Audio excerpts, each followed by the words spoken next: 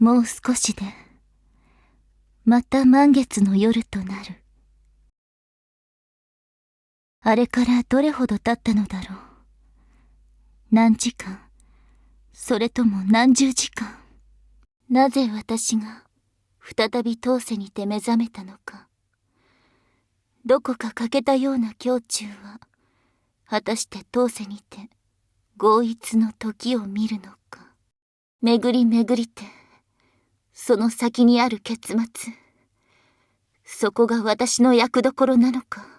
こたびもまた、鬼の世は止まらず、もはや、猶予はないのかもしれぬ。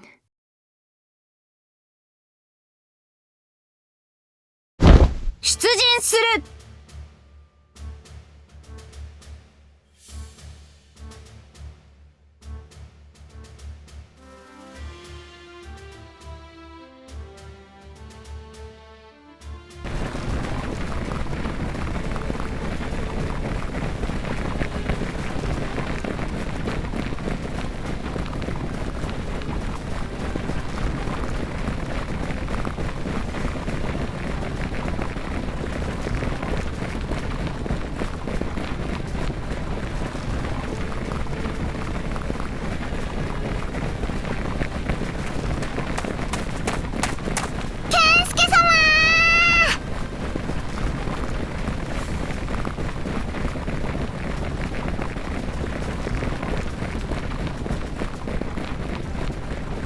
アヤナが戦闘に行きたいって聞かなくて。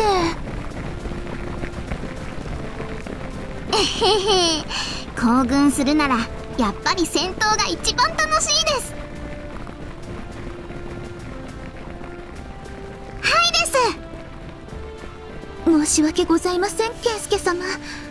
お忙しい時に。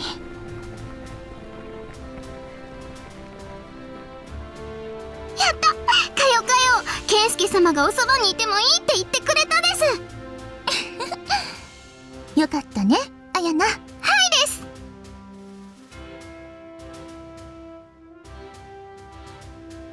いよいよ越前ですよ、越前。ケンスケ様、アヤナ、腕が鳴るですよ。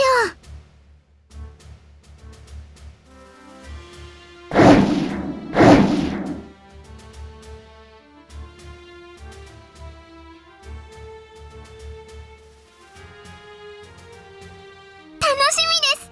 鬼をたくさんやってやるですよ。こら、アヤナ、物騒な物言いしないの。三河武士がみんなアヤナみたいに好戦的だって思われるじゃない。違うです。違わなくはないけど。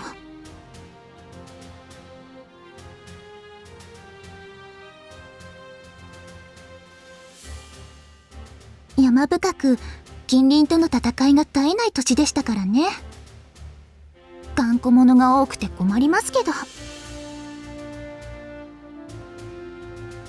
アヤナは頑固じゃないです。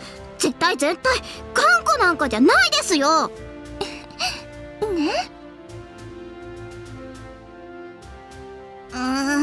頑固じゃないのです。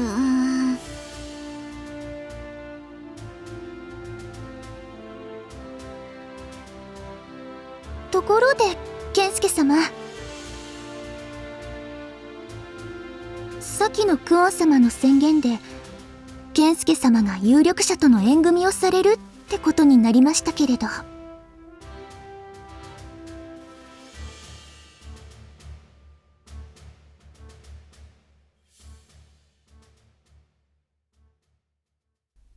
ケンスケ様ご自身は納得されているのですか？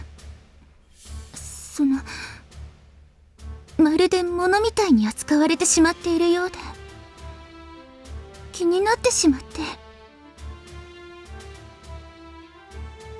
申し訳ございません。決してケンスケ様を悪く言うつもりはないのですが、うまく例える言葉が出なくて。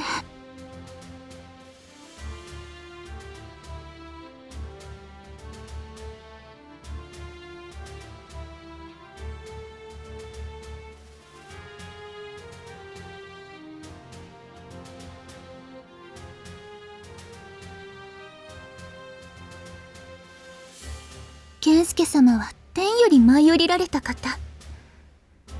降臨された意味につながると？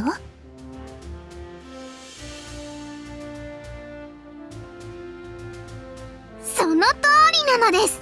健介様が我らのもとにご降臨なされたのは、この日の本を一つにまとめて鬼を退治するためなのです。あやなはずーっとそう思ってたですよ。そのために健介様は天上より使わされたと？そうです。あやなはそう信じてるです。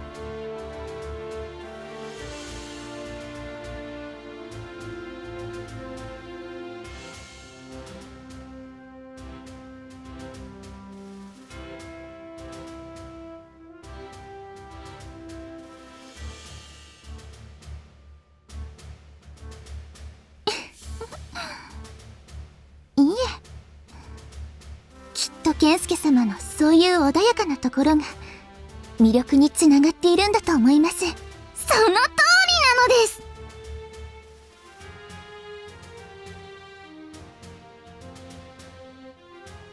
あやな、かよ、健介様のお邪魔をしてはいけませんよ。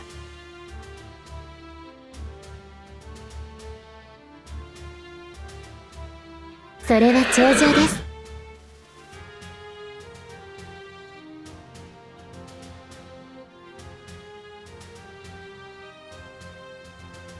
そうですね。上洛が決まってから慌ただしい日々を過ごしていましたから。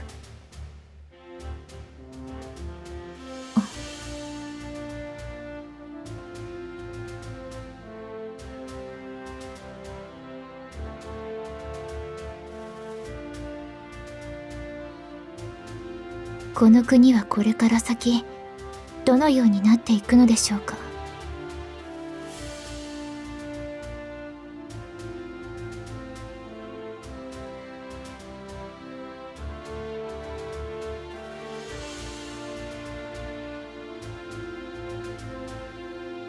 上手？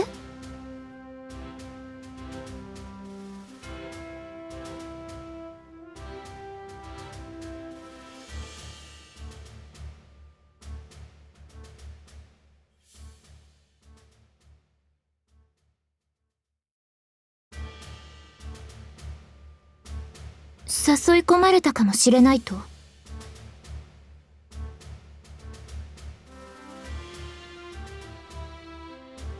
それは健介隊の小荷田が多いことと何か関係があるのですか？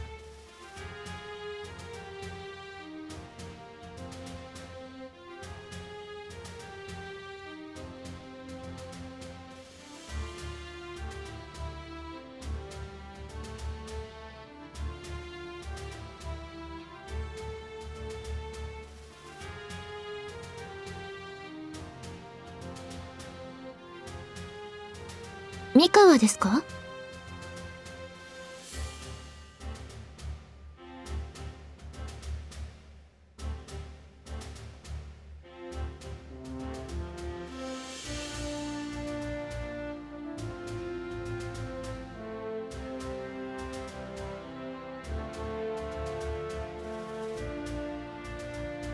はい。ですが心配はしておりません。三河の北と西は織田殿の勢力下。駿府に対しては堺と石川二人の宿老に任せておりますから。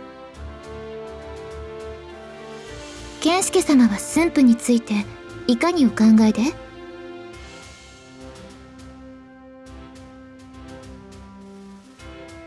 その時はぜひ我ら松平衆を先鋒としてお使いくださいませ。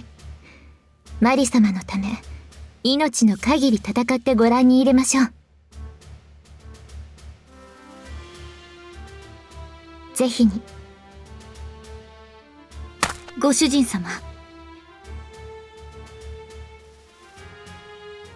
今のところ異常はございませんでした。いかがいたしましょうか。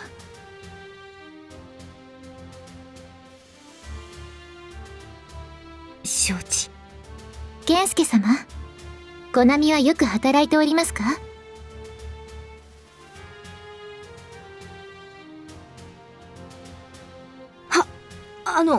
その自分はそんな。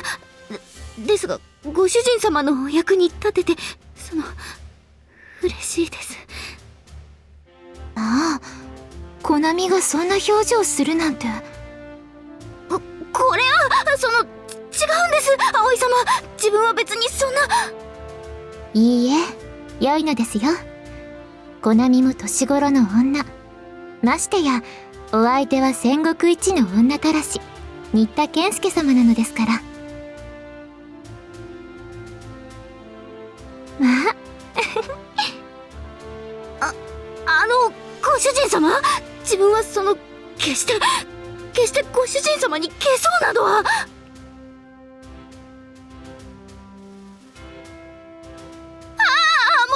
申し訳ございません。別に嫌いとかじゃなくて、お慕いしておりますが、消そうとは違って、自分はとにかく、ご主人様のおそばにいられるだけで嬉しいというか、決して消そうとかではなく、ただ、時折話しかけてくださるだけで嬉しいというか。でも、少しだけでいいから触れてみたいと。触れていたいとか、そんなこと、片時も考えたこともなく、ダ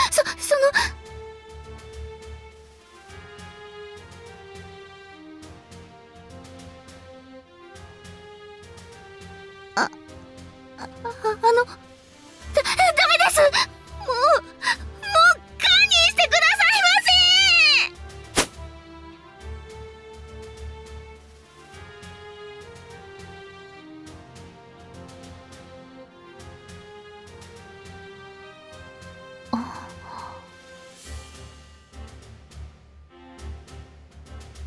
せ。いえ、コナミが驚くほど変わってしまって、驚いてしまいました。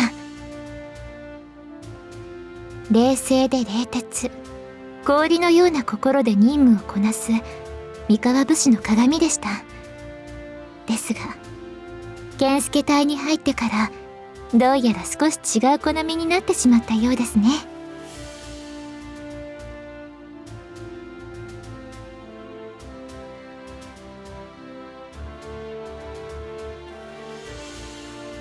そうですか。ではコナミは健介様にお預けしておいた方が良いのでしょう。草はいくらでも織りますれば、ご心配になられる必要はございませんよ。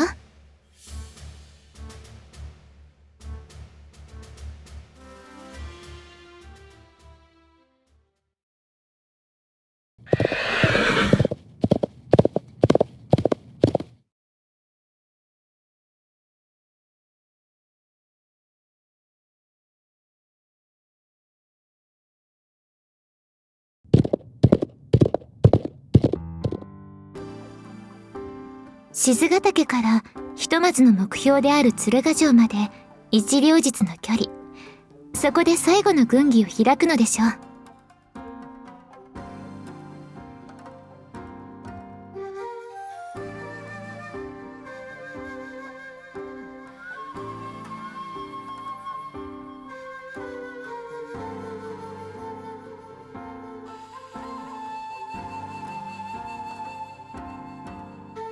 我ら松平衆は敦賀ではなく手筒山城を攻めることになりましょうが、鶴ヶ城攻めには浅井衆もおります。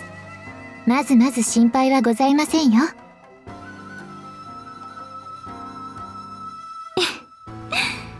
ならば我ら松平衆は一刻も早く手筒山城を落とし、健介様をお助けするべく参上いたしましょう。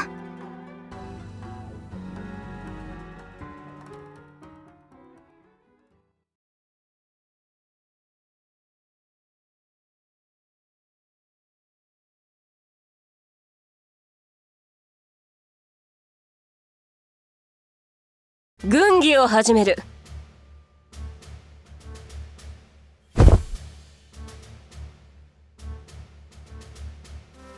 越前に侵入した我らの最終目的地は吉影のいる一条谷だ。しかしその一条谷を落とすためには各所に築かれた城を叩いておかねばならん。ひとまずの目標は一条谷の門番を務める鶴ヶ城とその出城の手筒山城の突破になります。甲状戦の最中、本陣は妙見寺に置き、手筒山城攻略は松平衆に任せる。御意にござります。織田家は柴田、丹羽の州を中心に敦賀を攻めることとなる。幌州は殿の下知に従え。浅井州も敦賀城攻めに加わっていただきたいのですが、ご依存は？特にないよ。お姉様の要請に従うつもりだ。ありがとうございます。では部署は以上となる。ともども依存はあるか？大いにあり。森の言いたいことはわかる。先方をよこせというのだな。分かっているなら話が早い。柴田や庭の軟弱者どもに敦賀城攻めの先鋒なんぞ務まるはずもなかろうが。さすが母。やっぱ先方は俺ら森一家の出番だもんな。まあ確かにな。織田州一の強さを誇る森一家にはまさにうってつけではあるが、だがな森の、なんじゃ。森一家こそ我ら織田州の切り札だ。その切り札を前妻である敦賀城の攻略ごときで使っていては、主催である一条谷を堪能することはできんであろうん、一理あるな。う。一条谷への一番乗りは森一家に任せよう。その代わり敦賀城については我らに任せておけ。どうだ？美月よ、口がうまくなったものだ。事実を言ったまでだが。でどうする？よいだろう。その案乗ってやろう。ならば森一家は健介隊の護衛を頼む。おや小僧、大船に乗ったつもりでいろや。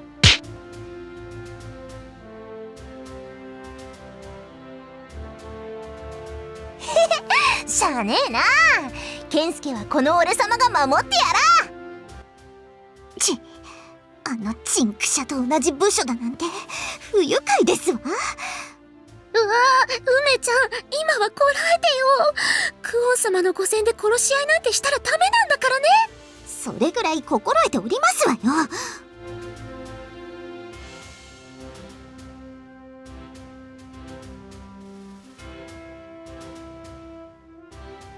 どうした健介？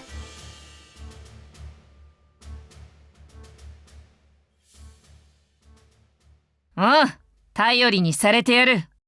ではこれで部署は全て決まったな殿。待て鬼柴田よ。ヨラはどうするのだ？まさか後ろで戦見物をしてろとでも？前へ出るには人数が足らんではないか。足利衆は総勢100に満たない数。ヤタガラス隊がいるため火力はそこそこありますが、その陣容で公方様を前に出すわけには参りません。ならば主様と合流すれば人数は足るぞ。なぜだ？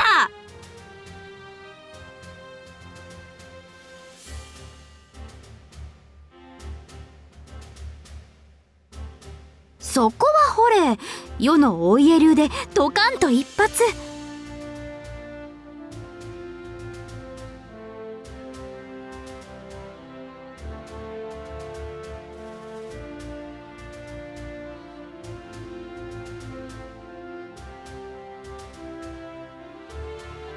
主様がそういうのなら仕方がない。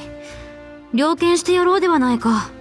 健介殿に心を言い当てられて嬉しかったくせに素直ではありませんな。そんなことはないぞ。多分な。やれやれ。そもそも公方様も先陣においての兵数の意味をご理解していらっしゃるでしょう。ここは後方にて待機の一手でございますよ。分かっておるわ。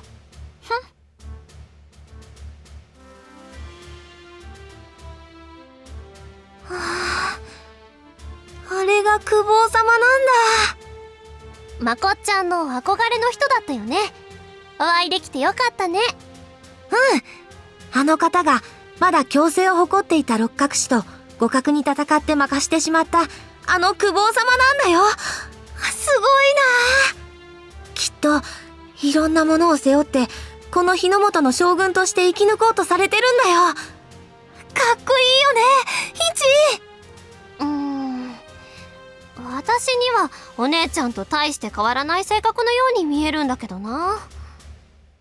お二人とも責任感が強くて体毛を持っておられるんだから当然だよ。そういう意味じゃないんだけど、まあいっか。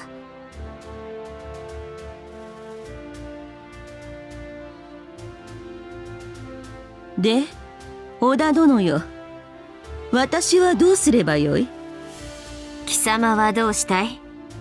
髪型の者の符は腰が砕けているのが常。正直鬼と正面から戦うのは避けたいところであるな。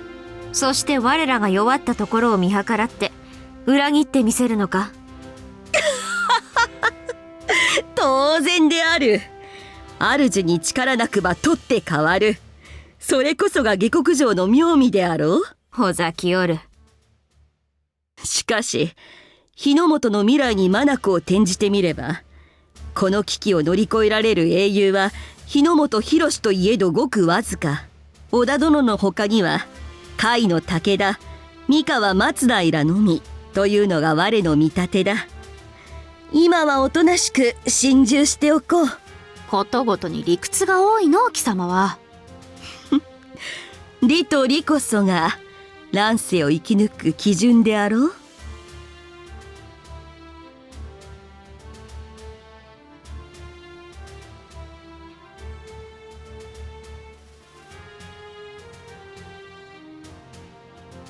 長尾の小娘に会うたことはあるか？世はあるぞ。そしておそらくはこのフクロウと同じ理由で今の日の本を守れるものとは思わん。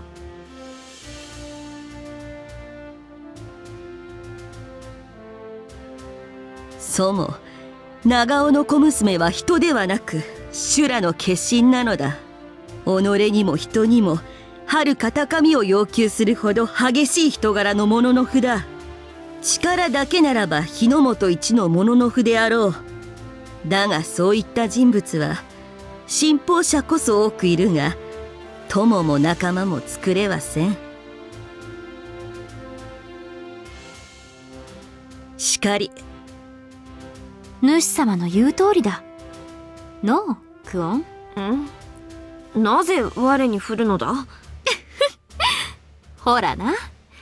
これぐらい応用な方が人はついてくるものだ。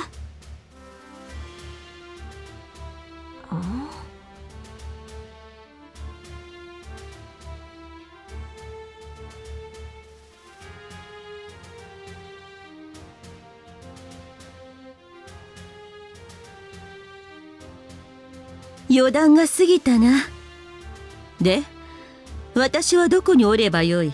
中軍で三月たちを助けよ。怖くなったら逃げても構わんぞ。わかった。金冠。はっ。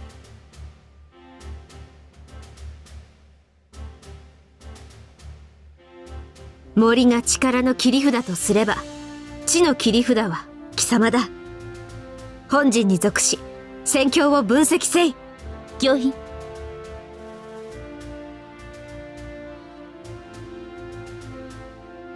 ではこれにて軍議を終了する。ともどもこの一戦こそ日の本の未来を占う一戦となろう。命を惜しむな。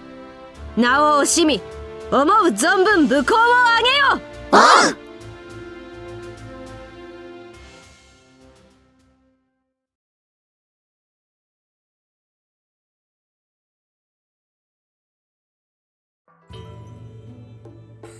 健介殿。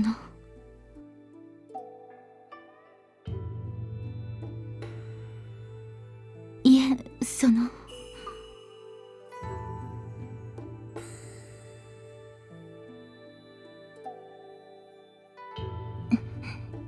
いえ。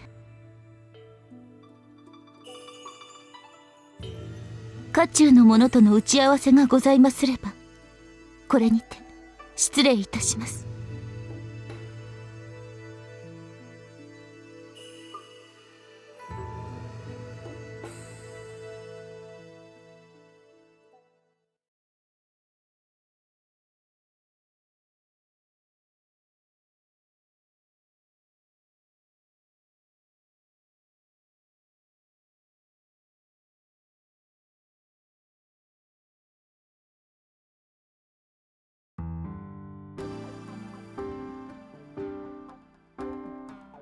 心ここにあらずという感じですか。これからエーリカさんにとって念願の越前攻めが始まるのに、何か心配事でもあるのかな。越前攻めが予想よりも遅くなったからね。心配だってあるとは思うけど、すでに戦となっている以上、細かなことを考えても仕方ありませんのに。梅ちゃんはほんと相変わらず空竹を縦にズバーッと割ったような考え方だね。当然です。戦とは少しの失敗が戦に参加する武士たちの運命を大きく変える危険な賭けなのです。その賭けの真っ最中に他のことなど考える余裕はありません。戦に挑む際に考えなければならないのは、とにかくことを簡単にすること。偉人たちはこれをスインプリュー・オブ・エストというらしいですわ。シンプルイズベストですね。なるほど。言葉の意味はよくわかんないけど、とにかくすごい自信だね。もっと褒めてくださっても構いませんことよ。まあ梅さんの言葉にも一理あります。相手はわけわからずの鬼とくれば、集中してことに挑まなければ勝利することはできないでしょう。まさしく。しかも我らは同僚だけでなく、我らに人生をかけてくれている大切な家臣もいるのです。勝利できなくば武士など何の価値もないですよね。ならそんな中、エーリカさんは何を考えてるんでしょう。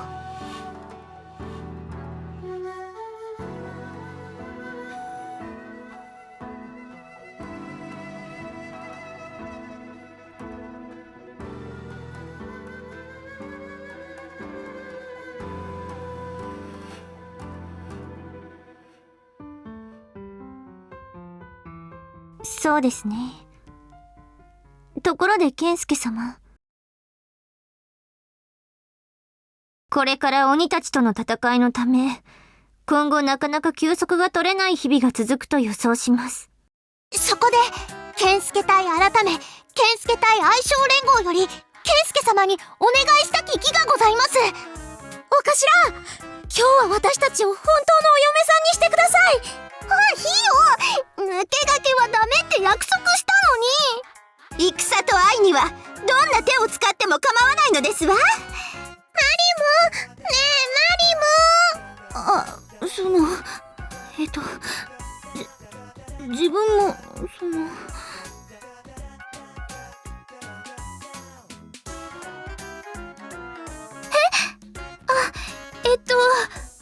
これはどういうことです？今日のハニーの夜のお相手は誰がするのか。これはその権利をかけた女の戦いなんですわ。というわけで今日のハニーのお相手はこの私に決まりですわ。何を意味のわからないことを。平等に健介様のご指名を待つという協定はどうなったのです？そうだ、もしその協定を破るなら私たちが全力で梅ちゃんを除外しちゃうからね。戦、これは女と武士2つの誇りをかけた仁義なき戦いなんだから。というわけで健介様、本日は誰としとねを共にされるのかおゲッチいただけますか？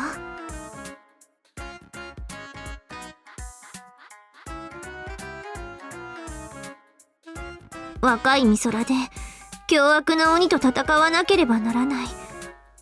その前に女としての幸せを感じたいと思うのも当然というものでしょう。そうですわ。そしてその気持ちを受け止め導いてくださるのがハニーの役目。さあハニー、遠慮なくこの私を選んでくださいまし。ずるい梅ちゃん、私だってお勤めしたいんだから。ほらおかしら、こんなうるさいだけの梅ちゃんとヒヨのことなんて放っておいて、今日は私と。おっと、影が薄い割にはなかなか意表をつくのがうまいですね、コロ。しかし私の目の黒いうちはそのような戦術は通じませんよ。しおちゃん、こういう時まで影が薄いとか言わないでよ。最近気にしてるんだから相手の弱点をつくのは兵法の基本です。二人が言い争っている間にお頭に決めてもらうよ、梅ちゃん。さあハニー、今日の相手はいかに。当然です。私たちも恥ずかしいのを我慢して健介様のご寵愛を受けるために頑張ってるんですから。男らしくバシッと決めてくださいませ。私ですよね、お頭。いいえ、この私ですわ。なるほど、私ですか。さすがに健介様はお目が高い。雫と共にですか。仕方ありませんね。私もなんですか。当然です。出向とはいえ健介隊と共に鬼と戦うのですから。それとも何です、雫さんはハニーは慕うに値せずとでも。それはまだ新参ではありますが、健介様のお力、そして強いお心に惹かれるものはあるのですが、でもまだ恥ずかしいです。よし、ならば今回は脱落ですわね。一人敵が減りましたわよ。梅ちゃん直球すぎ。さすが梅ちゃん、その空気の読めなさに全くしびれないし憧れもしないよ。なんとでもただでさえ好ましき乙女が多い健介隊ですもの。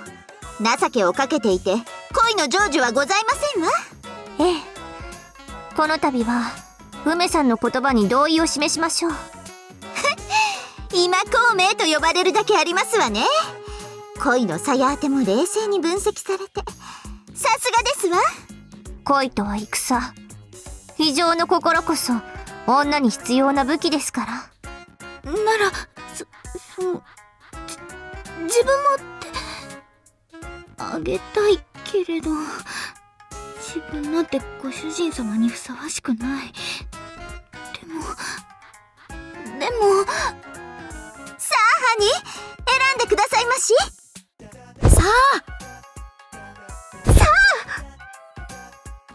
あさあ